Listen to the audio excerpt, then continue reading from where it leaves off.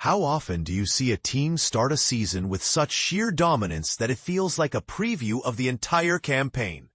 That's exactly what number 4 Oregon has done, and now the real test begins. After annihilating their first two opponents by a combined score of 128-16, the Ducks are shifting gears to defend their Big Ten title, starting with a pivotal road game against Northwestern this Saturday. But here's where it gets interesting. Can this juggernaut handle the pressure of expectations, or will cracks finally show under the surface? Let's dive into what's next for both teams. Oregon, 2-0, has already set the tone with historic performances. Their 69-3 dismantling of Oklahoma State last week wasn't just a win, it was a statement. The Ducks averaged 631 yards of total offense, scoring 50-plus points in consecutive games for the first time since 2018.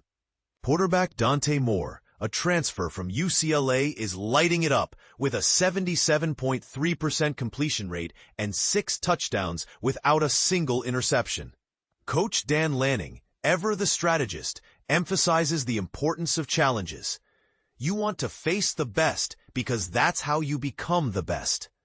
But here's the catch.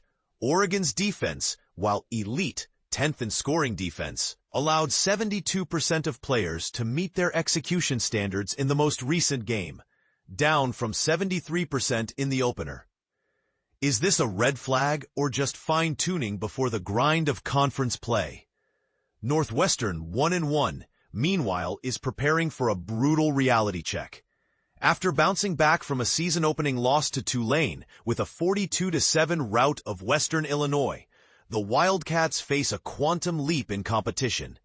Senior quarterback Preston Stone, a graduate transfer from SMU, had a career day last week with 245 yards and 3 touchdowns. No interceptions. But he'll need more than just stats to match Oregon's firepower.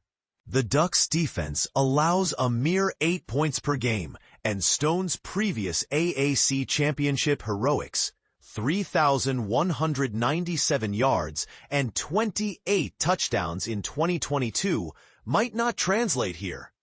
Throw in the absence of leading rusher Cam Porter, who's out for the season after a lower body injury, and the odds tilt heavily toward Oregon. Yet, as Coach David Braun of Northwestern puts it, this is why you play in the Big Ten. The Wildcats are banking on a raucous home atmosphere at their picturesque lakefront stadium to create a purple tsunami. But can a smaller venue really match the energy of a top-tier program? And here's the controversial twist. Is Oregon's offensive overload a sustainable model, or will defenses eventually adjust? History adds another layer of intrigue.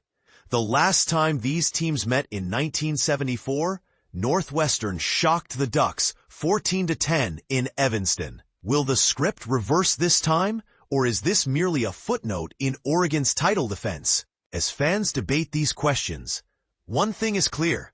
This game isn't just about points on the board. It's about proving whether dominance can survive the spotlight, and whether underdogs can ever truly dethrone a dynasty. So what do you think? Is Oregon's perfect start a blueprint for success, or are they setting themselves up for a collapse? Share your take in the comments below.